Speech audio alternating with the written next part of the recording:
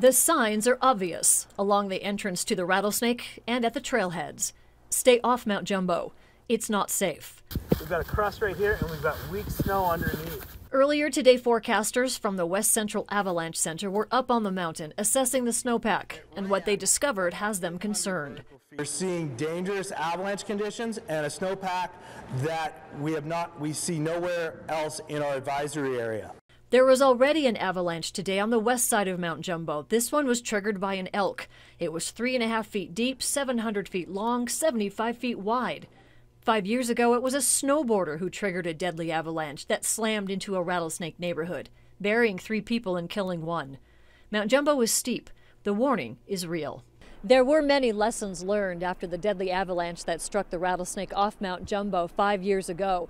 Right now, the signs are obvious. Nobody is allowed on this mountain for now. The city says it's going to take a community effort to make sure everybody stays safe until conditions get better.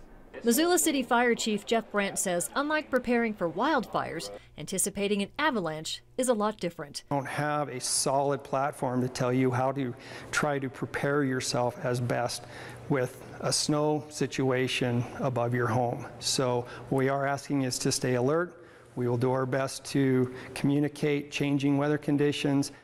With urban avalanches the new normal, Missoula Search and Rescue are trained for such an event because they have to. After the 2014 avalanche, we realized that the considerations for an urban avalanche are much, much different than what we see in a backcountry setting.